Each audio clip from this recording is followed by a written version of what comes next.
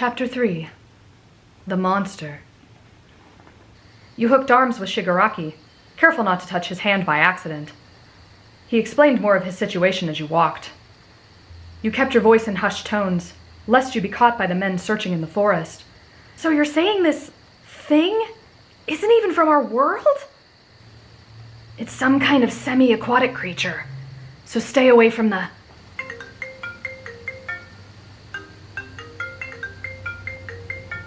Hello? Traveler, are you okay? Midoriya's concerned tone permeated your eardrums. Yeah. Because I found everyone else and I hadn't heard from you. I was worried you might be lost or something. No, I'm fine. I just stopped to grab a drink at the shop in town. You lied. I was going to call you after. Oh, I see. Well, where are you now? You met Tomura's questioning red eyes. I'm, losing signal. Traveler? I'll call you back in a bit. Bye. You hung up with a sigh. Who was that? Just someone in my class. A boyfriend? He frowned at the ground. No. You walked a little faster. We're just friends. Friends. He repeated the word, as if the concept was foreign to him. By this time you had made it back to the campsite. You now were a bit aggravated by the fact that Momo had brought a tent for everyone, which hindered the option of you hiding Tomura in your own tent. You had, however, brought a hammock with you. Wait here, you told him, then strolled into the big tent to grab it, giving Bakugo a generic, hey, on your way. He ignored it. For once you were thankful for his apathy towards everyone and their business. It meant that you didn't have to worry about him growing suspicious and finding out your secret. What's that? Shigaraki pointed. It's a hammock. It's like a bed to hang on trees so you don't have to sleep on the ground. You tied it up a considerable walk away from the camp, hoping nobody would accidentally stumble upon it. Uh-oh. The voices of people echoed in your ears. You sighed in relief when you recognized them to be your classmates and not the bad men. They were all returning to camp for the night, chatting away about how much candy they had secured. You tightened the hammock string with a final tug and grunt. There. You should be safe until morning and I'll come back for you. Stay hidden. Wait. He stopped you, voice shrouded in worry. What? Promise. I promise. You grabbed your bag of candy, leaving a pile for him to eat. I'll try to sneak out here tonight if I get the chance. And with that you ran down the large hill, trying to catch your breath quickly before the others found you. Traveler! Midoriya exclaimed upon seeing you. He ran up towards you, grasping your hands. I was so worried. I lost service out here, you said, scratching the back of your neck. Sorry. I figured you'd come back to camp eventually. I almost came to look for you. Well, I'm safe. You smiled, and he sighed in relief. Good. It made you impatient how long it took for everyone to finally go to bed. You wanted to go check on Shigaraki and make sure nobody had found him. You recalled the groundskeeper that you and Midoriya had run into, hoping he wouldn't get here as early tomorrow and make a shocking discovery. After you were certain everyone in the tent was asleep, you made your escape once more. You tiptoed over the rise, peeking around the shrubbery until you found your half-consumed pile of candy on the ground. Between the two trees sat a pile of ashes where your hammock used to be. Okay, I guess I expected that. You pursed your lips, eyeballing the perimeter. Tomura? You whispered, beginning to worry for his safety. Maybe he went to the bathroom or something. You thought, walking towards the river. A sigh of relief escaped your lips when you saw the silhouette of a boy standing on the bank. Tomur... The person spun around to reveal a surprise. Kaminari! What are you doing here? Fishing, he shrugged, pointing to the fishing pole lodged between a rock and his backpack. At this hour? There's less wind. The water's more calm at night. He tilted his head at you. What are you doing out here this late? You began to sweat, but he took a step closer to you. Did you have a nightmare and come looking for me? He smiled confidently. If that isn't the most presumptuous thing I've ever heard. Presumptuous, eh? He grinned wider, thinking that sounded like a seductive term. Wait, that's a good thing, right? No, Denki. But he laughed anyway, elbowing you playfully. Haha, don't worry, I'll protect you. He put his arm around your waist. Just then you noticed something moving out of the corner of your eye. I think you caught something. He turned to grab the fishing pole before it flew out into the water.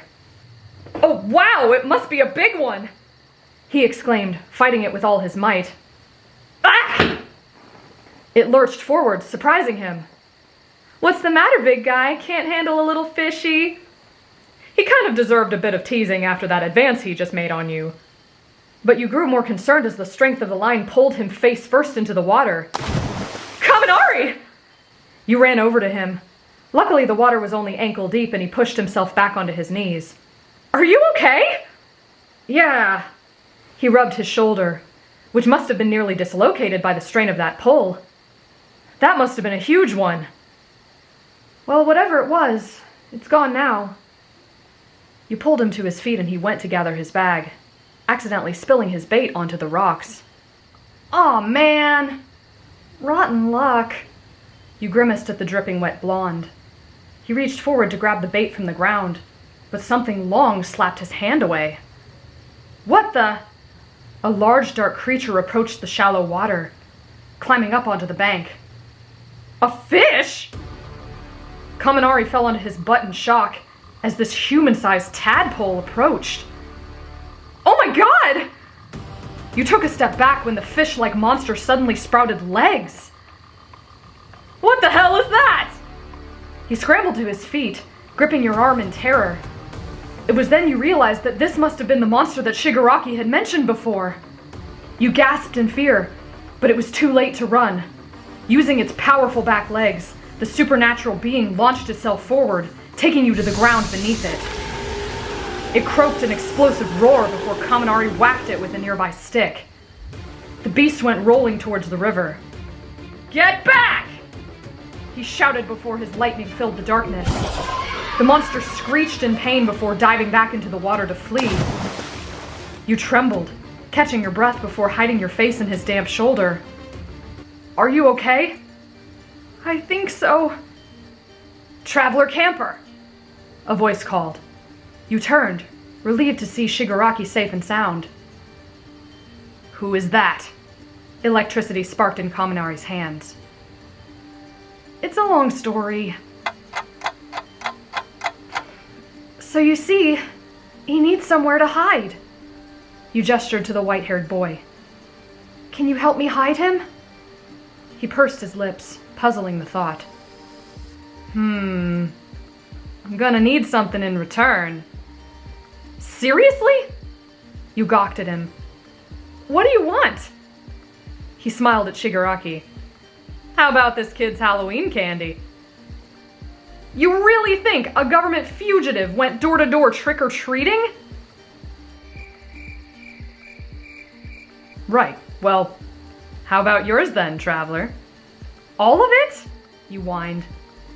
Nah, just the Three Musketeers. I really like nougat. All right, deal. You rolled your eyes. Moron. You muttered under your breath. You love me. He winked and grinned. Whatever, let's go. Wait, we can't go back together. We'll make too much noise. He pulled out his phone. I'll text you in a little while when it's safe to come to my tent. After a few minutes, you received the all clear and made your way to his small 2-person tent. Hey, did you see Midoriya's All Might tent? Kaminari snickered. You held back a giggle. It's the cutest thing I've ever seen. And the nerdiest, he added, poking fun at Midoriya. Nothing's wrong with liking things. You shrugged, then felt a sting along your back. Ah!